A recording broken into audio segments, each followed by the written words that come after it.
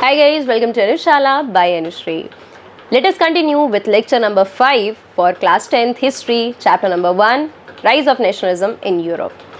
One of the most complicated chapter जिसको हम parts में डिवाइड करके पढ़ने की कोशिश कर रहे हैं ताकि हम आइडियोलॉजीज भी समझ सकें, हम स्टोरी लाइन भी समझ सकें, ठीक है। और चैप्टर में कुछ ऐसे टॉपिक्स आते हैं जो डायरेक्टली एग्ज़ाम में पूछे जाते हैं, ठीक है। क्योंकि हमें एक बात हमेशा ध्यान में रखनी है कि 10th स्टैंडर्ड की जो सिलेबस है ना, जब सिलेबस हमें बताती है CBSE की वेबसाइट, तो वो हमें ये भी बताती है कि वेटेज कितना है, ठीक है। तो हिस्ट्री के 3 चैप्टर पूरे 20 मार्क्स कैरी करते हैं। वैसे तो आपके 5 चैप्टर हैं, लेकिन 4 और 5 जो चैप्टर है, 5th चैप्टर प्रिंट मीडिया से आपकी केस स्टडी आती है, 3rd से ज़्यादा कुछ नहीं आता, 4th से भी उतना कुछ खास हमें देखने को अभी तक के पेपर्स में नहीं मिला है। तो first chapter, second chapter, rise of nationalism in Europe and nationalism in India, ठीक है। और फिर बाकी केस स्टडी। तो 2 मार्क्स मैप के हटा दो तो मान के चले हम कि 18, चलो केस स्टडी के भी 3 नंबर, अगर 3-4 नंबर अगर हम हटा दें तो हमें इतना मान के चलना है कि जो 15 मार्क्स लगभग आएंगे हमारे, वो इस 2 चैप्टर से आएंगे, ठीक है। फर्स्ट चैप्टर यूरोप में नेशनलिज्म और दूसरा इंडिया में नेशनलिज्म, ठीक है। तो मतलब 7-8 मार्क्स जो हैं वो आपके इन चैप्टर से कहीं नहीं जा रहे। तो हमें जब भी पढ़ना है, हमें यही फोकस रह के पढ़ना है कि कौन सी चीज़ MCQ में पूछी जा सकती है, कौन सी शॉर्ट आंसर में, कौन सी लॉन्ग आंसर में, राइट। तो अभी तक जितना हम समझ चुके हैं, आज से शुरू करने वाले हैं हम 3 ऐसी कंट्रीज़ के यूनिफिकेशन की कहानी कि किस तरीके से फाइनली जो डिसइंटीग्रेटेड अलग अलग एम्पायर्स थे, छोटे छोटे एरियाज, टेरिटरीज डिवाइडेड थी और उनके बीच में झगड़े थे, उसमें कैसे जर्मनी, इटली और ब्रिटेन अपने आप को यूनिफाई करेंगे, कौन उसके लिए एफर्ट करेगा और फिर उनका रिजल्ट क्या रहेगा, ठीक है। तो ये हमारा सेकेंड लास्ट लेक्चर होने वाला है। इसके बाद 6 लेक्चर के बाद हम इस चैप्टर को कंक्लूड कर पाएंगे, राइट। सो बिना देर किए चलेंगे आज के टॉपिक पर, मेकिंग ऑफ जर्मनी।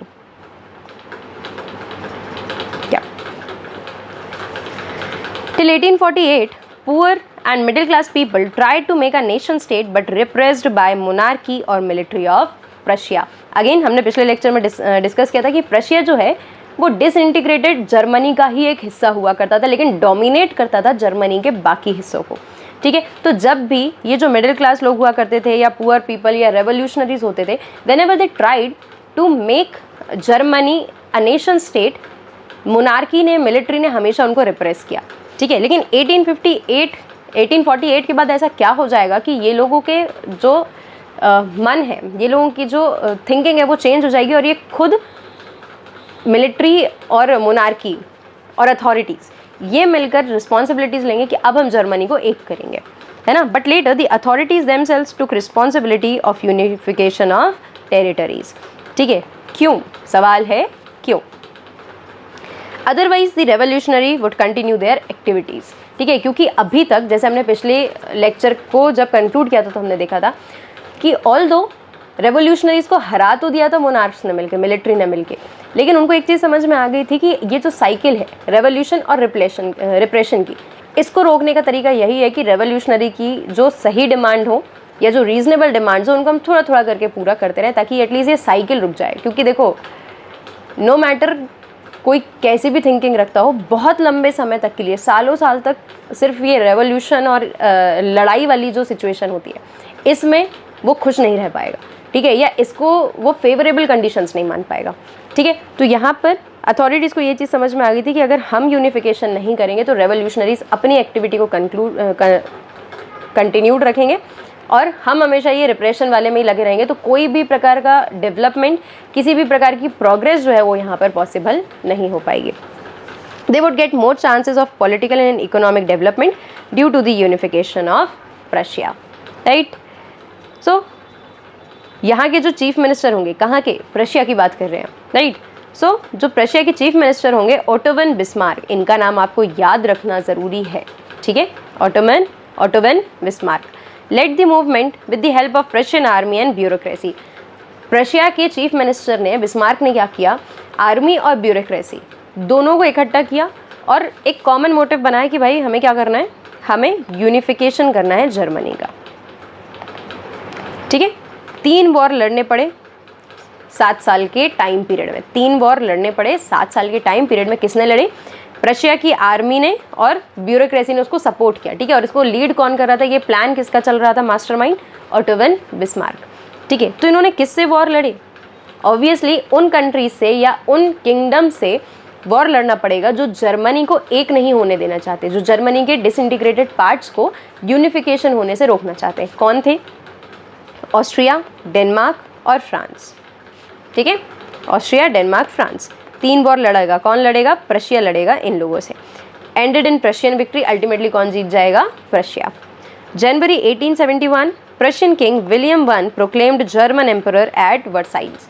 वर्साइल्स में क्या होगा, अगेन वर्साइल्स हम बहुत पहले से, मतलब 9th स्टैंडर्ड में भी आपने palace of Versailles, treaty of Versailles, ये सारी चीज़ें सुनी होंगी, ठीक है। तो वर्साइल्स एक जगह है, इंपॉर्टेंट मानी गई है यूरोपियन हिस्ट्री में। यहाँ पर 1871 में Prussian king William one, Wilhelm नहीं है विलियम है, ठीक है, ध्यान रखें। विलियम वन को क्या बना दिया गया, जर्मन एम्परर, ओके। और अभी तो इनको प्रोक्लेम किया गया, बाद में इनको प्रॉपर, मतलब प्रशियन किंग केजर बोलते हैं, ठीक है। केजर जो है ये प्रशियन किंग को बोला जाता था ना, तो केजर विलियम वन अलग से बोला गया, अलग से इनकी एक सेरेमनी रखी गई, ठीक है। वो भी कहाँ पर हुई, वर्साइल्स में। Nation building process was dominated by Prussian state. Again ये बहुत सिंपल बात है, जहां हमने ऊपर देखा कि 3 वॉर लड़ रही है, कौन, प्रशिया की आर्मी और प्रशिया की ब्यूरोक्रेसी। मतलब कि लीड कौन कर रहा है, जर्मनी के यूनिफिकेशन में सबसे बड़ा हाथ और सबसे ज़्यादा डोमिनेशन किसका रहेगा, प्रशिया का, ठीक है, प्रशियन स्टेट का। Emphasis laid on modernising currency, banking, legal and judicial systems in Germany. यहाँ पर हमने जब रीज़न देखे कि भाई क्यों मिलिट्री और मोनार्क मिलकर क्यों दोबारा से यूनिफिकेशन करना चाह रहे थे, जबकि खुद ही पहले जो रेवोल्यूशनरीज थे उनकी ही डिमांड थी यूनिफिकेशन की, उन्हीं को आप सप्रेस कर रहे थे और फिर दोबारा आप उनकी डिमांड पे काम कर रहे हो। क्यों कर रहे थे, because they somewhere wanted development, right, they wanted development, ठीक है, मॉडर्नाइजेशन चाहते थे। तो कैसा मॉडर्नाइजेशन या डेवलपमेंट इन्होंने किया, they laid emphasis on modernising currency, currency को मॉडर्नाइज किया, उसको इम्प्रूव किया, ठीक है। अब पूरे जर्मनी में एक करेंसी चलाने की बात करी। Banking, legal and judicial systems, banking से क्या होगा, बैंकिंग से इंडस्ट्रीज बन सकेंगी और बैंकिंग से डेवलपमेंट हो पाएगा, ठीक है, लोगों को एम्प्लॉयमेंट अपॉर्चुनिटीज़ मिलेगी, है ना। लीगल और जुडिशियल सिस्टम्स को भी स्ट्रॉन्ग किया गया ताकि दोबारा से जो ये जो रेवोल्यूशन और रिप्रेशन वाली साइकिल है इसमें थोड़ी सी रोक लगाई जा सके, ठीक है। तो ये थी जर्मनी के यूनिफिकेशन की कहानी। आपको क्लियरली याद रखना है कि डोमिनेट किया था प्रशिया ने, ठीक है। और कौन जो लीडर था उसका नाम क्या था, Otto von Bismarck. Unification of Italy, अब इटली में क्या हुआ, Italians were scattered over several dynastic states and multinational Habsburg empire. Italy की भी सेम कहानी थी, यहाँ पर डोमिनेट कौन कर रहा था, हैब्सबर्ग एम्पायर, ठीक है, जिसके बारे में हम पहले भी चर्चा कर चुके हैं कि किस तरीके से अलग अलग एरियाज़ में हैब्सबर्ग एम्पायर फैला हुआ था। और मल्टीनेशनल क्यों बोल रहे हैं, क्योंकि यहाँ पर बहुत ज़्यादा नेशंस की एथनिक कम्युनिटीज़ रह रही थी, that is why Habsburg empire के लिए कंट्रोल कर पाना मुश्किल हो रहा था, ठीक है। Divided into 7 states and only 1 Sardinia Piedmont was ruled by Italian princely house. Problem ये थी कि इटली का जो पूरा एरिया था, जो डिसइंटीग्रेटेड पार्ट्स थे इटली के, वो सारे के सारे अलग अलग रूलर्स के द्वारा, अलग अलग कम्युनिटीज़ के द्वारा रूल किए जा रहे थे, जिनमें से सिर्फ एक सार्डिनिया पिडमोंट नाम की जो एक जगह थी वो सिर्फ रूल कर रहा था एक इटालियन प्रिंसली हाउस। तो इनको क्या चाहिए था कि बाकी जो हमारे 7 स्टेट्स है, बाकी जो हमारे 6 स्टेट्स और बचे हुए हैं सार्डिनिया पिडमोंट को हटाकर, वहाँ पर भी हम पूरा इटली बनाएं, एक इंटीग्रेशन करें और वहाँ पर इटालियंस ही रूल करें, ठीक है। अब देखो ये है एक मैप, ठीक है, ये जो पूरा हिस्सा है ये पूरा एक्चुअली आज आप देखेंगे तो इटली के अंदर आता है, ठीक है, लेकिन ये पहले डिसइंटीग्रेटेड था, अलग अलग हिस्सा था, ठीक है, और कंट्रोल भी अलग अलग लोग कर रहे थे। ये जो ग्रीन वाले 2 स्टेट्स हैं, लोम्बार्डी और वेनेशिया, ये ऑस्ट्रियन कंट्रोल के अंडर थे, ठीक है। पिडमोंट और सार्डिनिया ये जो अलग अलग, ये एक आइलैंड कंट्री है और ये लैंड बाउंडेड एरिया है, ठीक है। इन दोनों को रूल कर कौन कर रहा था, इटालियन प्रिंसली हाउस, ठीक है। सिर्फ ये एरिया को इटालियंस रूल कर पा रहे थे। पेपल स्टेट को कौन रूल कर रहा था, पोप। पोप मतलब कौन होता है, जो क्रिश्चियनिटी में सबसे बड़ा लीडर है, ठीक है, उसको पोप बोला जाता था। और क्योंकि ये पूरा एरिया पूरा यूरोप क्रिश्चियनिटी मेजॉरिटी है, ठीक है, तो ये पेपल स्टेट जो ऑरेंज हिस्सा है इसको रूल कर रहा था पोप, ठीक है। और जो नेपल्स और सिसिली आइलैंड्स हैं, ठीक है, ये जो बॉटम एरियाज़ हैं ये सारे के सारे रूल कौन कर पा रहा था? Bourbon Kings of Spain. मतलब देखो, कुछ एरिया इटली के पास है, कुछ एरिया ऑस्ट्रिया के पास, कुछ स्पेन के पास, और बाकी पर रूल एक रिलीजियस हेड का है जिसका नाम है पोप, राइट। तो अब यूनिफिकेशन कैसे होगा? यहाँ पर यूनिफिकेशन की जिम्मेदारी एक और लीडर लेगा जिसका नाम है ज्यूसेप मजीनी। इनका नाम हमने पहले भी सुना है, ठीक है। जैसे ड्यूक मेटरनिक ने इनको बोला था कि ये one of the most dangerous enemy है हमारे कंजर्वेटिज्म के, ठीक है, हमारी मोनार्की के, है ना, या हमारे सोशल ऑर्डर के। Social order was the correct word. 1830s में ज्यूसेप मजीनी आएंगे और ये इटली को यूनिफाई करने की कोशिश करेंगे, ठीक है। साथ में सीक्रेट सोसाइटीज़ भी बनाएंगे जैसे कि यंग इटली और हमने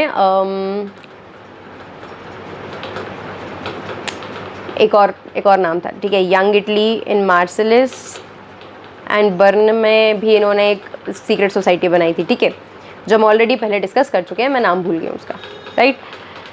लेकिन ये फेल हो जाते हैं, ठीक है। तो फिर कौन इटली को यूनिफाई करने वाला है? रिस्पॉन्सिबिलिटी लेगा सार्डिनिया पिडमॉन्ट के किंग विक्टर इमैनुअल II, ठीक है।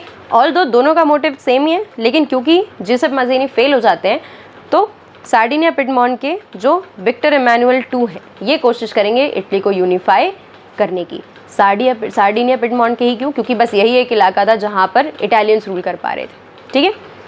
सीएम केवर, मतलब चीफ मिनिस्टर केवर, सीएम कुछ और नहीं है, ठीक है, chief minister Cavour led movements to unify regions of Italy. He was neither a revolutionary nor a democrat, ठीक है। केवर जो हुआ करते थे ये कोई रेवोल्यूशनरी नहीं थे, लेकिन ये कोई डेमोक्रेटिक भी नहीं थे, है ना। मतलब इनका ये मानना था कि ठीक है, बार बार के रेवोल्यूशन से अच्छा है कि चीज़ों को सॉर्ट किया जाए। दो his tactful diplomatic alliance with France, Sardinia Piedmont succeeded in defeating the Austrian forces in 1859। Austrian forces मतलब कि सबसे पहले ये वाला हिस्सा वापस लिया गया। ये तो है ही, यहीं के रूलर क्या कर रहे हैं, बाकी जगह को भी अपने अंडर कंट्रोल लेने की कोशिश कर रहे हैं। तो सबसे पहले 1848 में इन्होंने क्या किया?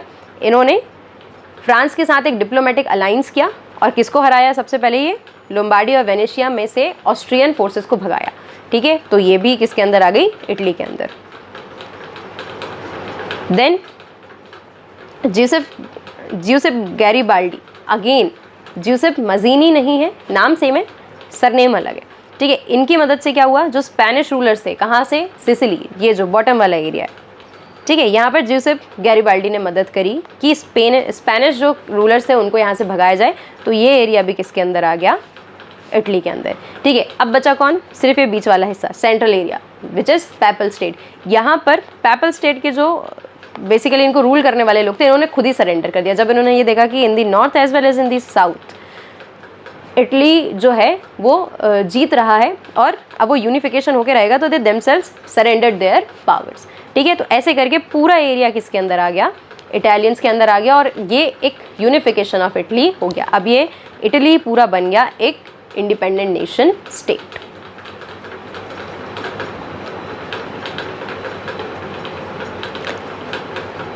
Drive out Spanish rulers from the south Italy and the kingdom of both the Sicilies with the help of local peasants and army. Papal state diluted their power, ठीक है। डाइल्यूट मतलब उन्होंने खुद अपनी पावर को कम करते चले गए, ठीक है, सरेंडर कर दिया उन्होंने खुद अपनी पावर को।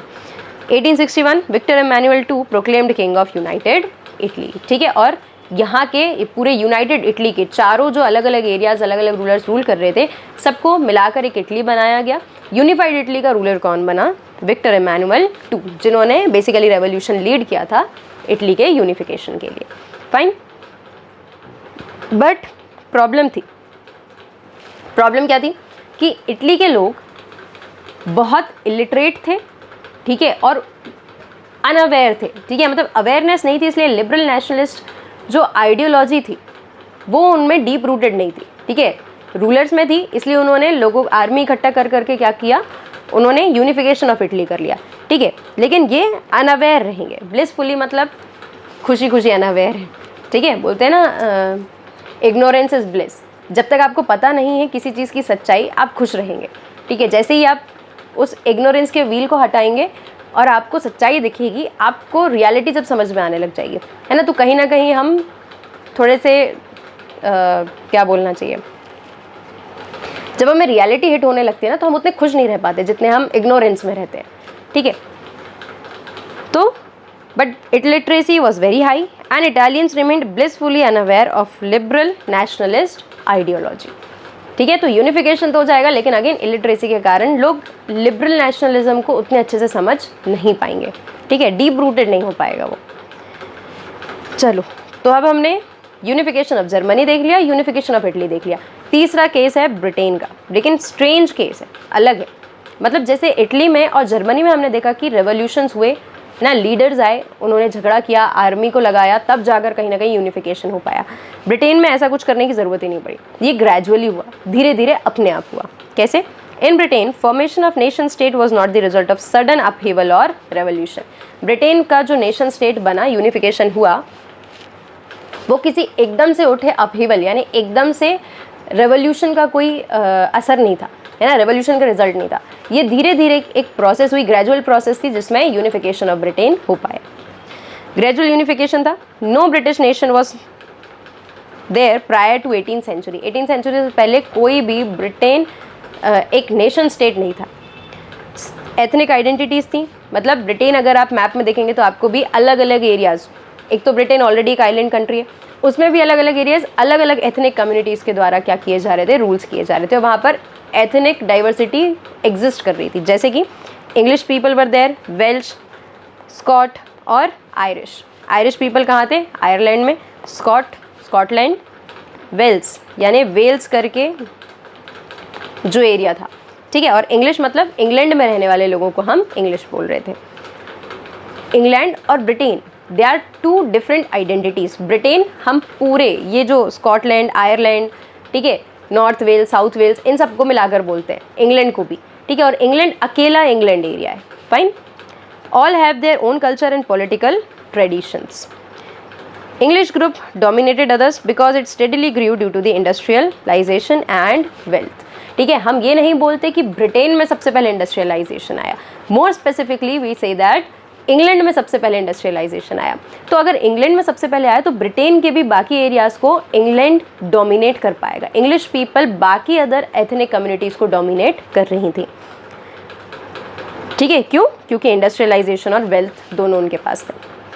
1688 English Parliament seized power from monarchy, nation state with England or nation state with England as its center, ठीक है। तो 1688 में क्या होगा? इंग्लिश पार्लियामेंट जो होगी वो मोनार्की से पावर ले लेगी, ठीक है, और क्या बना लेगी? एक नेशन स्टेट, ठीक है। नेशन स्टेट जिसमें सबसे ज़्यादा पावर किसके पास होगी? इंग्लैंड के पास।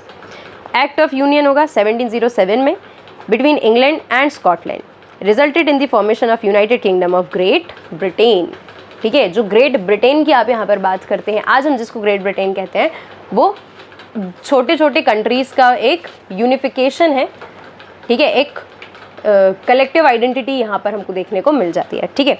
तो इंग्लैंड के साथ स्कॉटलैंड ने एक ट्रीटी की है ना, एक एक्ट ऑफ यूनियन साइन किया, जिसके कारण दोनों ने मिलकर ग्रेट ब्रिटेन को पूरा किया, ठीक है। England was able to impose its influence on Scotland, suppressing its distinctive culture and political institutions, ठीक है। अब देखो, इंग्लैंड ऑलरेडी डोमिनेट कर रहा था, तो ऑब्वियस सी बात है कि इसने स्कॉटलैंड के सामने कुछ ऐसी शर्तें रखी होंगी जिसको मानने पर मजबूर स्कॉटलैंड ने ये एक्ट ऑफ यूनियन साइन किया, ठीक है। तो यहाँ पर हमको यही बताया जा रहा है कि स्कॉटलैंड की जो डिस्टिंक्टिव कल्चर और आइडेंटिटी थी उसको सप्रेस किया गया after the even after the unification of Britain. Ireland suffered the same fate, ठीक है। अभी मैंने आपको बताया कि इंग्लैंड जो है, ठीक है, जस्ट अ मिनट, एक बार हम इंग्लैंड का देख ही लेते हैं।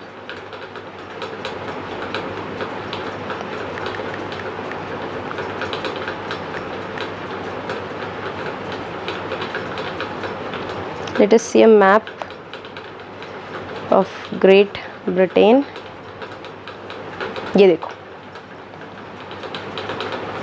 तो हमें ज़्यादा अच्छे से समझ आएगा।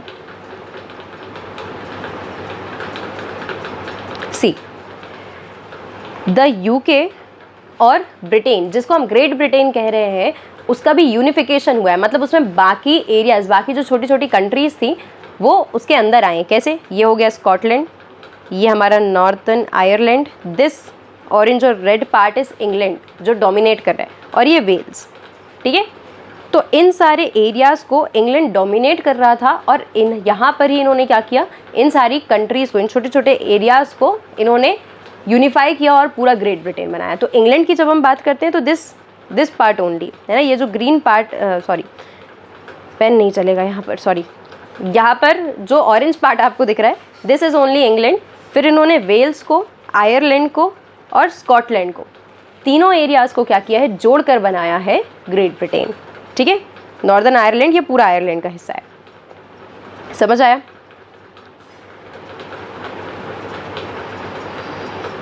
चलो, so Ireland suffered the same faith, it was deeply between Catholics and Protestants. Catholics और प्रोटेस्टेंट्स ये क्या है, जैसे कि आपके हिंदुज़म में बहुत सारे अलग अलग सेक्ट्स हैं, इस्लाम में है शिया सुन्नी, ऐसे ही आपकी क्रिश्चियनिटी में कैथोलिक्स और प्रोटेस्टेंट्स दो ग्रुप बन जाते हैं। ठीक है, रिलीजियस दो ग्रुप बन जाएंगे, कैथोलिक्स और प्रोटेस्टेंट्स। इन दोनों के बीच में काफ़ी झगड़े थे, जिसका फ़ायदा उठाकर इंग्लैंड ने क्या किया, आयरलैंड को भी अपने अंडर में ले लिया। English help Protestants of Ireland to establish their dominance over Catholics, क्योंकि यहाँ पर जो प्रोटेस्टेंट्स थे आयरलैंड में, देवर इन मेजॉरिटी, तो यहाँ पर इंग्लैंड ने किसकी मदद की, प्रोटेस्टेंट्स की मदद करी कि आप अपने एरिया के जो कैथोलिक्स हैं उन पर आप डोमिनेंस कर सकते हो, लेकिन उसकी एक शर्त है, हम आपको कब सपोर्ट करेंगे, जब आप ग्रेट ब्रिटेन के अंदर आने के लिए हाँ करोगे। ठीक है, ऐसे ही धमकियाँ देकर, ऐसे ही कल्चरल चीज़ों का फ़ायदा उठाकर स्कॉटलैंड और आयरलैंड को इंग्लैंड क्या करता है, ग्रेट ब्रिटेन के अंदर शामिल कर लेता है।